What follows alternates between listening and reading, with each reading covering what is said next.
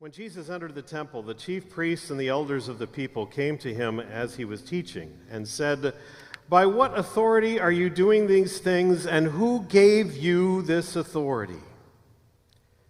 Jesus said to them, "I will also ask you one question. If you tell me the answer, then I will tell you by what authority I do these things. Did the baptism of John come from heaven, or was it of human origin?" And they argued with one another. "If we say from heaven, he will say to us, 'Why then did you not believe?' But if we say of human origin, we are afraid of the crowd, for all regarded John as a prophet." So they answered Jesus, "We do not know." And he said to them, "Neither will I tell you by what authority I am doing these things. What do you think? A man had 2 sons. He went to the first and said, 'Son, go to work in the vineyard today.' The son answered, 'I will not.' But later the son changed his mind and went. The father went to the second and said the same, and he answered, 'I go, sir,' but he did not go. Which of the 2 did the will of his father?" They said, "The first." Jesus said to them, "Truly I tell you, the tax collectors and the prostitutes are going into the kingdom of heaven of God ahead of you. For John came to you in the way of righteousness, and you did not believe him. But the tax collectors and the prostitutes believed him. And even after you saw it, you did not change your minds and believe him." The gospel of the Lord. Praise to you, O Christ. You may be seated.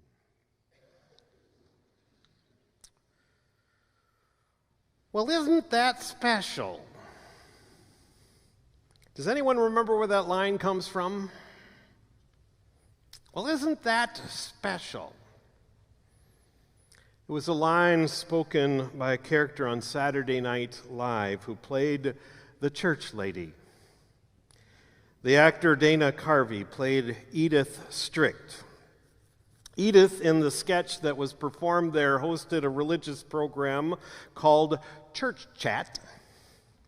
And the premise of the program was to invite famous people in as guests, and she would start the program with sarcastic praise of them.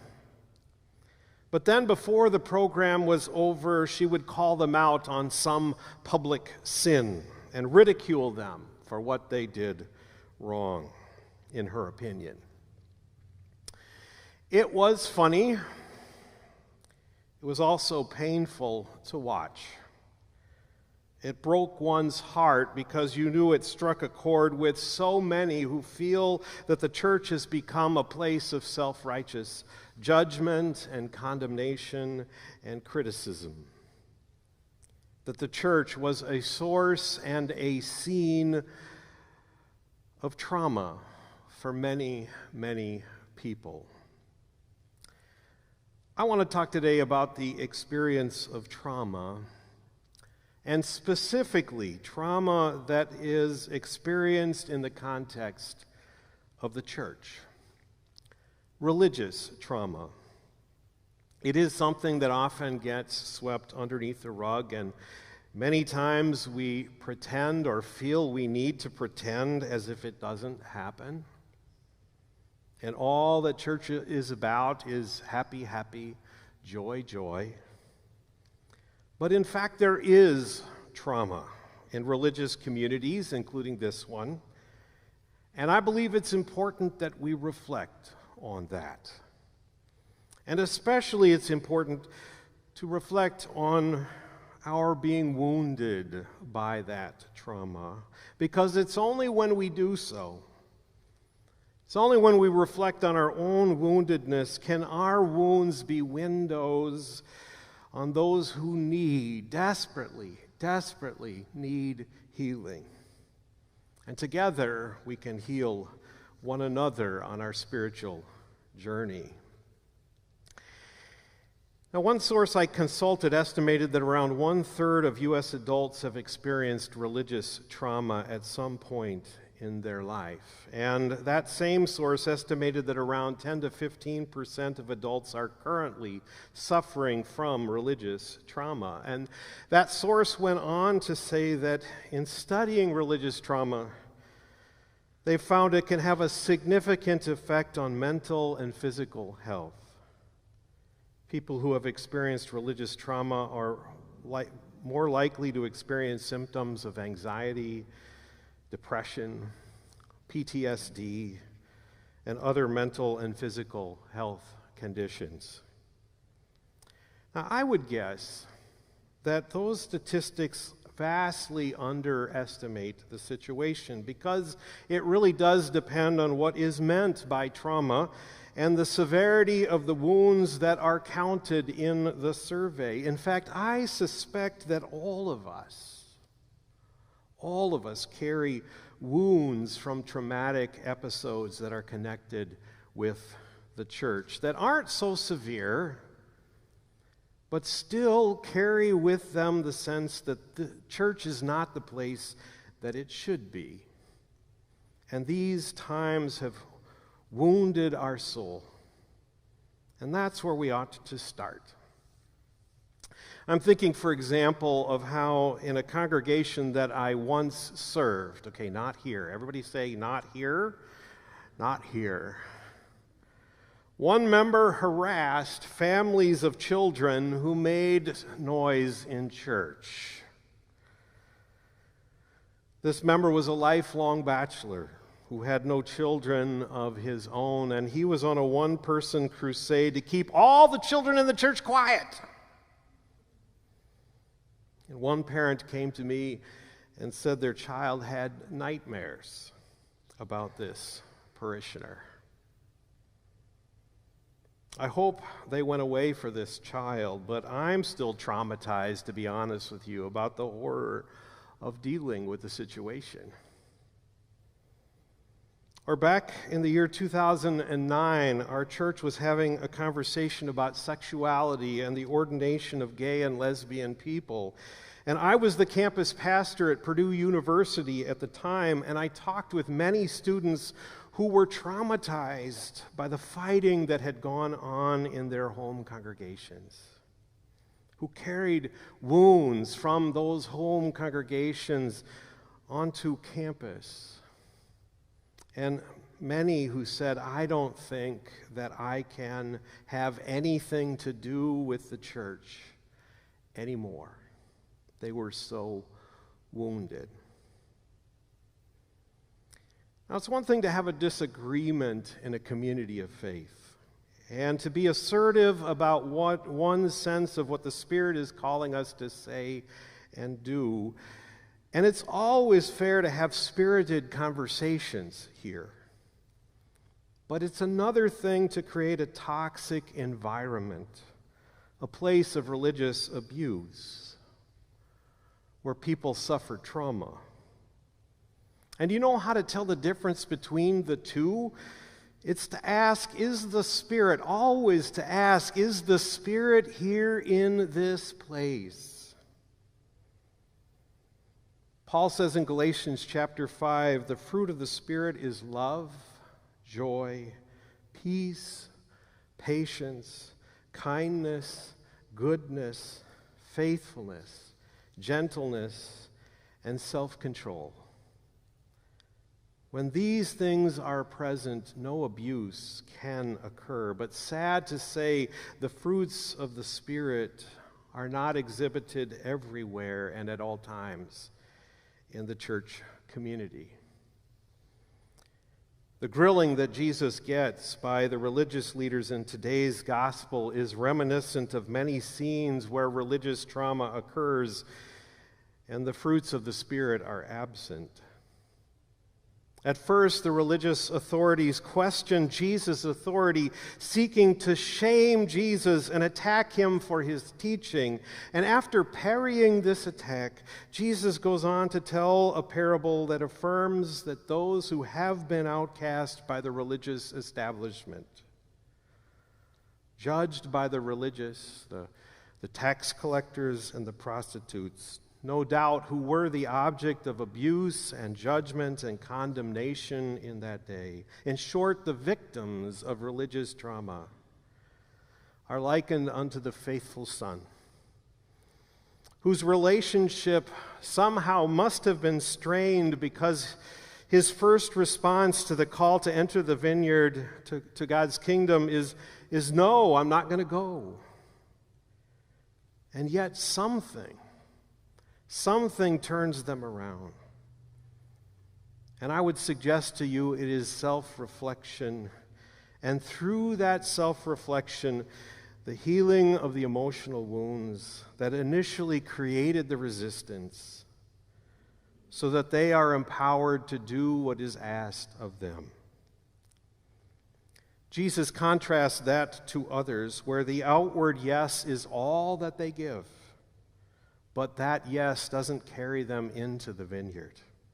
They don't respond by entering and doing kingdom work. Whatever is going on here in this parable, it's the stigmatized who are praised for entering. That's the story of the traumatized in the gospel. In Ezekiel, the traumatized are the backstory of the passage that we read today. They are the ones for whom fault is found and upon whom shame is heaped. The text addresses a people engaged in a common pastime of religion, and I would dare say the biggest source of trauma, which is hunting down and exposing sinners. Some in the day, the text alludes, pointed to the parents, or pointed to the grandparents, or pointed to the great-grandparents, and said that the source of the current generation's sin and problems and death are the parents or the grandparents. And we still do that today, do we not? We see a child and we say, that apple doesn't fall far from the tree. They're just like their parents, we say, which is great if it's something good, but we do that when it's not a compliment either. And in contrast, the text in Ezekiel enters into this dialogue in the Bible. Whose fault? Where does the sin lie? Ezekiel, this text, enters that dialogue on the side of personal responsibility, saying, in effect, every person is responsible for their own sins, that you can't attach the shame to the previous generation. Everyone is responsible for themselves. Now, this is really a dialogue that happens in the Bible, and between those two perspectives. And my experience in life, for what it's worth, and it's not worth much, but my experience in life is that neither are wrong. It's one example of many examples in the Bible where the truth is both. The sins of the parents do get visited on the third and the fourth generation, which is a Bible verse, but also each must take responsibility for what they do wrong via Ezekiel here today. But here's the thing. This conversation is set against the backdrop of the question, who are we going to blame? Who are we going to shame? Who are we going to label? Who are we going to condemn? Who are we going to throw stones at? There would be a lot less religious trauma in this world if we would all just remember Jesus' instructions about casting stones upon sinners in our midst. But the sad reality is stones are cast, and because they are, and because they sometimes get thrown at you and I'm led to encourage you today to be in touch with your own woundedness, to whatever extent you may feel wounds. And if you've got emotional work to do regarding that trauma, then lean into that work and not away from it, in whatever way God calls you to lean in. To respond as the first son does, to enter into the work that the kingdom life requires of you. That's going to be important. And while you're there, don't go in isolation, but meet others there. Engage others who are wounded too, because your wounds will be a window, a helpful window, to provide the loving care that God wants for all of God's children, so that we can be wounded healers for each other. One of my favorite authors is a priest by the name of Henry Nouwen, and he wrote a book entitled The Wounded Healer. In it, he describes the qualities of a wounded healer, and he argues that wounded healers, being in touch with their own woundedness and meeting other people with their wounds, are authentic. They can be honest about their own brokenness and vulnerability, which opens up the possibility of being open about their brokenness and vulnerability with the other. Being in touch with their own woundedness and meeting other people with their wounds also helps the wounded be compassionate, to come to be someone that feels the pain of others and empathizes with their sufferings, because one is in touch with one's own suffering. And most important of all, I think, is being in touch with your own woundedness and meeting other people with their wounds can be a source of hopefulness. That one's wounds can be healed and peace and comfort can be found even in the midst of deep darkness. So find a friend. Have a heart-to-heart about the subject of trauma that you've experienced in connection with the church. Take a step into the vineyard that you were called to enter into and do the work in the vineyard of tending to those who are there. Because there are a lot who are hurting. There are many, many who need you to be a wounded healer for them, and you may just find that you need them to be wounded healers for you as well. The church lady's famous line was, "Well, isn't that special?" May your line, spoken from one wounded person to another, spoken with a twist, though, with authenticity, which was utterly lacking in the church lady. May we take our woundedness and draw from it the courage to say to one another, "You are special. You are special in the eyes of God. You are forgiven," which carries with it the possibility of hope.